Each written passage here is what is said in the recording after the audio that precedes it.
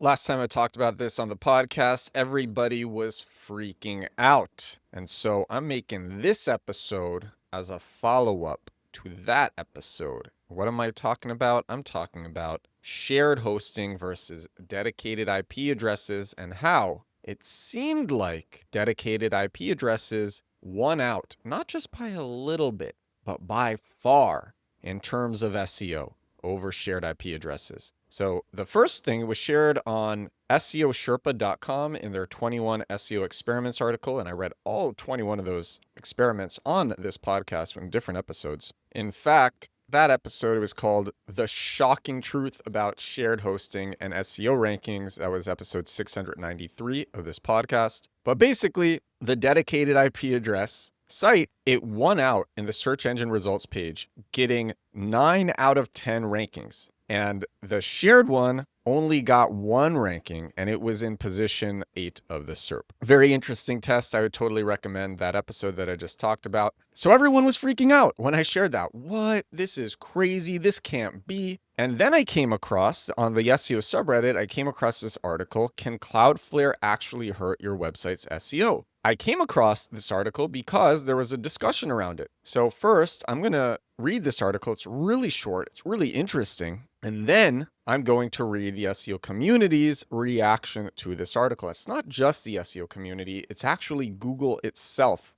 who chimed in to this discussion. So if you want to know once and for all, do you need shared hosting or dedicated IP? Is it going to make a difference? That's what this episode of the show will give you. So this case study says, there have been many ifs and buts on the correlation of Cloudflare's SEO. However, the debate still remains open-ended, leaving people skeptical on whether Cloudflare will impact my website's ranking or not. We've been using Cloudflare for almost 4 years now. Undoubtedly, their service is great and free, and we even recommend it to our clients for DNS, caching, security, and CDN. But there is an unusual case of a sudden SEO ranking drop for IndiaCarNews.com. And this is it. Back on a Friday afternoon in late April, I received an urgent call from one of our clients, Vikas, owner of IndiaCarNews.com, worried over losing their SEO rank on almost all their top keywords, and their organic traffic had almost dropped to 0. Imagine all the years hard work put in to reach the top in SEO and losing all of that in a moment. Unsure of how and why this happened, his SEO team rolled back every possible change done in the last 7 days, including any plugin addition or edits, but nothing worked in their favor.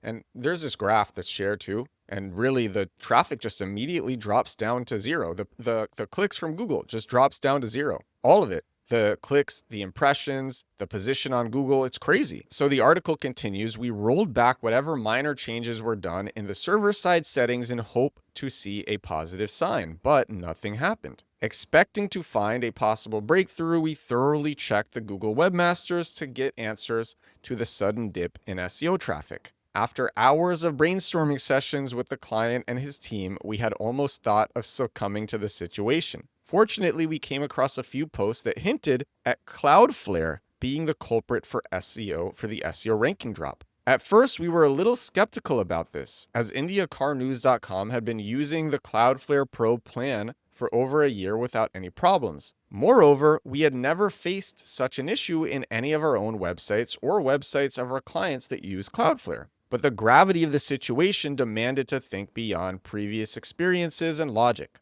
So Vikas gave us a green signal, and we went ahead with disabling Cloudflare on the night of the 29th of April. Vikas called me on the 30th of April morning to inform me that their SEO ranking is back on Google's first page, and the organic traffic has started to get back on track. Both Vikas and I were still not 100% convinced that Cloudflare could be the culprit and thought it might be coincidental. So we decided to open a ticket to Cloudflare support. As expected, their support also said that such a drop in SEO could only be coincidental. And there's this long exchange between Vikas and between Cloudflare. The article continues, and it's almost done now. Since it was a critical issue for Vikas as a business owner, a proper closure was required. We decided to enable Cloudflare once again and see if the SEO is impacted. To our surprise, the same SEO dip happened again just hours after we enabled Cloudflare. And yet again, the rankings came back to normal after we finally disabled Cloudflare. So what actually happens when you enable Cloudflare? One, your site is no longer served from its original IP address. That is the IP of your server, but it is going to have the IP of the proxy server, which is Cloudflare. The IP will change depending on the geolocation of the requesting client.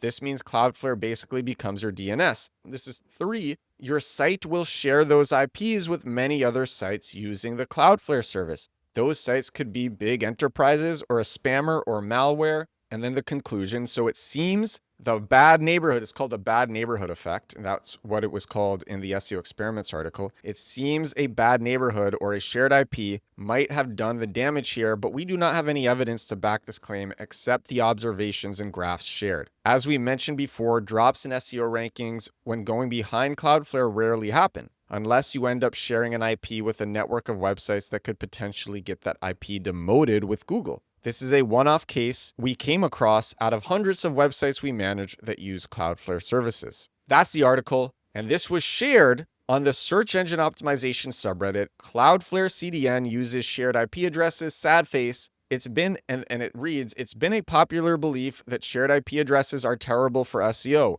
Wondering if this is the case with Cloudflare CDN, which uses shared IP addresses. And the top comment is from Google itself. It's from John Mueller, Google's search advocate, Google's basically official spokesperson, who said, here it goes, shared IP addresses are fine for SEO. But now keep in mind, a lot of people would say, Google lies all the time about what really matters. And they were caught lying all the time with what happened with Google's API leak last year in May in 2024, because all these things that they said that they weren't measuring, it was revealed that they were measuring. So I'm still curious, despite what Google said, what does the rest of the SEO community say about this? And this article, which I just read, was shared in response to John Mueller from Google. The article was shared, the graphs were shared, and the SEO community jumped in themselves, saying, if this is the case, you should also see a boost in SEO if a high-ranking site is pooled with you. Half the internet uses Cloudflare. I thought this response was really interesting. Somebody else said, what this person in the article experienced looks like a misconfiguration in Cloudflare. This could stem from so many things. WAF rules that affect Googlebot, that's basically firewall rules. Improperly set up partial zone, caching issues, too tired to think of more. So the person says, yeah, if you misconfigure Cloudflare, this could cause it, easily could cause it. However, the author of the article did say that they use Cloudflare on their client sites all the time. So it is a bit surprising to think that they would misconfigure it. But somebody else said, the observation of a single site over just a few days in general isn't evidence, even anecdotal evidence for anything, even if it's a popular site. This lack of at least a somewhat scientific approach is, I don't like this. I don't like this response because other people have reported this as well, as shared in the 21 SEO Experiments article. People have tested this with scientific approaches. But what do other people say? This shouldn't affect ranking algorithms that fast. It would generally take weeks, almost a month, before a system would identify a bad IP neighborhood. Must have been a bad configuration. All right, somebody else said that.